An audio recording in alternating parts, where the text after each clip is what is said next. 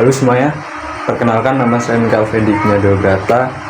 Saya mahasiswa S1 dari Universitas Sanata Dharma. Dan pada kesempatan kali ini kita akan berbicara tentang topik yang sangat penting dalam mata kuliah pendidikan kewarganegaraan. Topik itu adalah topik hak asasi manusia.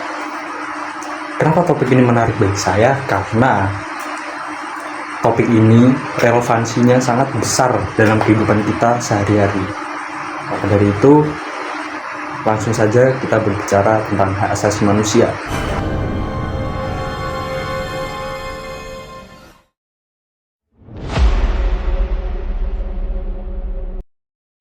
Oke, kita masuk ke bagian pertama, yaitu apa itu hak asasi manusia. Hak asasi manusia adalah hak-hak dasar yang dimiliki oleh setiap individu sejak lahir yang dianugerahi oleh Tuhan Yang Maha Esa. Jadi hak-hak ini adalah hak-hak yang kita punya, yang melekat dalam diri kita sejak kita lahir. Oleh karena itu, pihak-pihak manapun tidak boleh mengambil atau mencabut hak-hak dasar kita atau hak asasi manusia itu tadi. Oleh karena itu, hak asasi manusia bersifat universal. Jadi melekat pada diri kita sendiri, tidak memandang ras, tidak memandang status sosial, tidak memandang kelas, tidak memandang suku, budaya, dan sebagainya.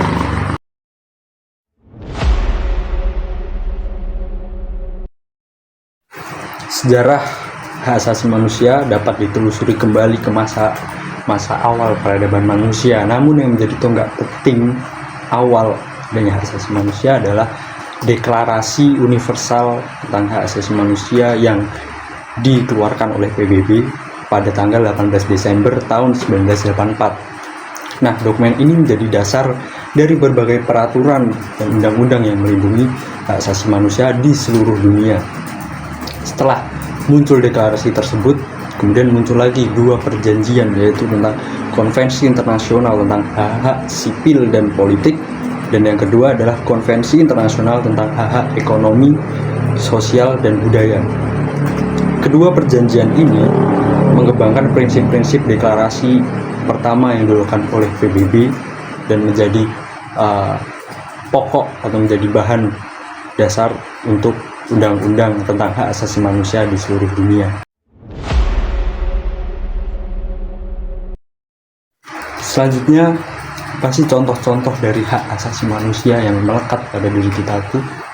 Yang pertama adalah hak untuk hidup. Jadi setiap individu itu memiliki hak untuk memiliki kehidupan yang layak, memiliki hak untuk tidak dibunuh, tidak disiksa, dan terbebas dari hukuman-hukuman mati yang tidak adil terutama. Yang kedua adalah hak atas kebebasan berpendapat dan berekspresi. Setiap individu berhak untuk menyampaikan pendapatnya baik secara lisan, tulisan, atau melalui media lainnya tanpa takut akan adanya pembalasan. Yang ketiga, hak atas pendidikan. Setiap orang berhak untuk mendapatkan pendidikan yang layak dan berkualitas. Selanjutnya ada hak atas kebebasan untuk beragama, hak atas pekerjaan, dan yang paling penting adalah hak atas kesehatan. Jadi setiap orang berhak untuk mendapatkan layanan kesehatan yang memadai dan akses terhadap fasilitas kesehatan.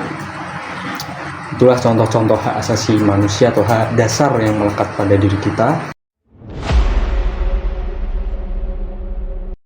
Perjalanan HAM di Indonesia mengalami pasang surut, namun telah menunjukkan adanya kemajuan yang signifikan, terutama setelah adanya reformasi tahun 1998. Setelah adanya reformasi tahun 1998, Komnas HAM mulai dibentuk. Jadi inilah salah satu langkah penting dalam perlindungan hak asasi manusia di Indonesia, yaitu adanya pembentukan Komisi Nasional Hak Asasi Manusia pada tahun 1993. Setelah reformasi, peran Komnas HAM semakin diperkuat dengan berbagai mandat untuk mengawasi dan menyelidiki pelanggaran HAM di Indonesia. Selanjutnya, pengesahan undang-undang terkait hak asasi manusia. Pemerintah Indonesia telah mengesahkan beberapa undang-undang yang memperkuat perlindungan hak asasi manusia. Contohnya adalah Undang-Undang Nomor 39 tahun 1999 tentang hak asasi manusia. Undang-undang ini mengatur hak dasar yang dilindungi dan dihormati oleh negara. Yang kedua, Undang-Undang Nomor 26 tahun 2000 tentang Pengadilan Hak Asasi Manusia. Undang-undang ini membentuk Pengadilan Hak Asasi Manusia untuk menangani kasus-kasus pelanggaran HAM yang ada di Indonesia.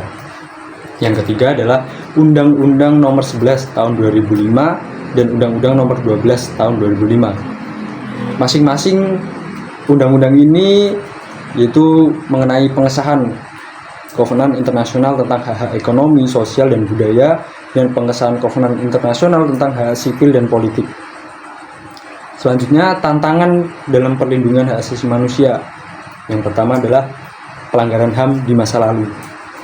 Ya, meskipun ada kemajuan, Indonesia masih menghadapi tantangan besar dalam menyelesaikan kasus-kasus pelanggaran HAM di masa lalu. Seperti contohnya tragedi 1965 sampai 1966, tragedi Tanjung Priok, Trisakti, dan kasus pelanggaran HAM di Papua yang masih memerlukan penyelesaian yang tuntas dan adil. Dan banyak keluarga korban yang masih menuntut keadilan dan pengakuan atas penderitaan yang mereka alami. Yang kedua adalah pelindungan terhadap kelompok rentan. Jadi perlindungan terhadap kelompok rentan seperti perempuan, anak-anak, penyandang disabilitas, dan kelompok minoritas masih perlu ditingkatkan. Meskipun telah ada undang-undang dan peraturan yang melindungi hak mereka, implementasinya seringkali belum optimal. Yang ketiga adalah kebebasan berpendapat dan berekspresi. Kebebasan berpendapat dan berekspresi adalah salah satu hak dasar yang diakui di Indonesia.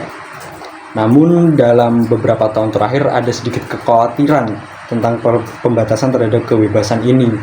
Nah, terutama dengan penggunaan undang-undang terkait pencemaran nama baik dan ujaran kebencian yang kadang-kadang digunakan untuk membungkam kritik terhadap pemerintah. Selanjutnya, upaya apa yang bisa dilakukan? Yang pertama itu adanya penguatan lembaga HAM pemerintah. Jadi memperkuat lembaga HAM seperti Komnas HAM, Pengadilan HAM, dan lembaga-lembaga terkait yang sangat penting untuk memastikan penegakan hak asasi manusia di Indonesia. Yang kedua ada pendidikan dan kesadaran HAM.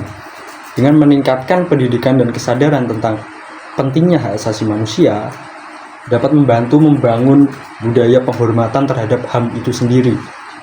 Yang ketiga adalah kerjasama internasional. Jadi kerjasama dengan komunitas internasional dan organisasi HAM global dapat membantu Indonesia dalam memperkuat mekanisme perlindungan HAM dan belajar dari praktik dari negara-negara lain. Jadi, mengapa saya memilih topik ini sebagai bahan pembicaraan kita pada kesempatan kali ini? Saya memilih topik ini karena saya percaya bahwa hak asasi manusia adalah fondasi bagi masyarakat untuk menciptakan suatu kondisi yang adil dan damai. Tanpa penghormatan terhadap hak asasi manusia, ketidakadilan dan konflik akan mudah muncul. Terus dapat merusak tatanan sosial dan menghambat perkembangan masyarakat. Hak asasi manusia bukan hanya konsep hukum saja, tetapi juga nilai moral yang mendasari interaksi kita sehari-hari. Sebagai seorang mahasiswa, saya merasa memiliki tanggung jawab untuk memahami dan memperjuangkan hak asasi manusia dalam lingkungan sekitar saya. Pendidikan yang saya peroleh memberikan saya kesadaran akan pentingnya menghargai dan melindungi hak-hak setiap individu. Dan saya percaya bahwa setiap langkah kecil yang kita ambil dalam menghormati hak asasi manusia ini itu dapat membawa suatu perubahan besar yang positif dalam kehidupan bermasyarakat.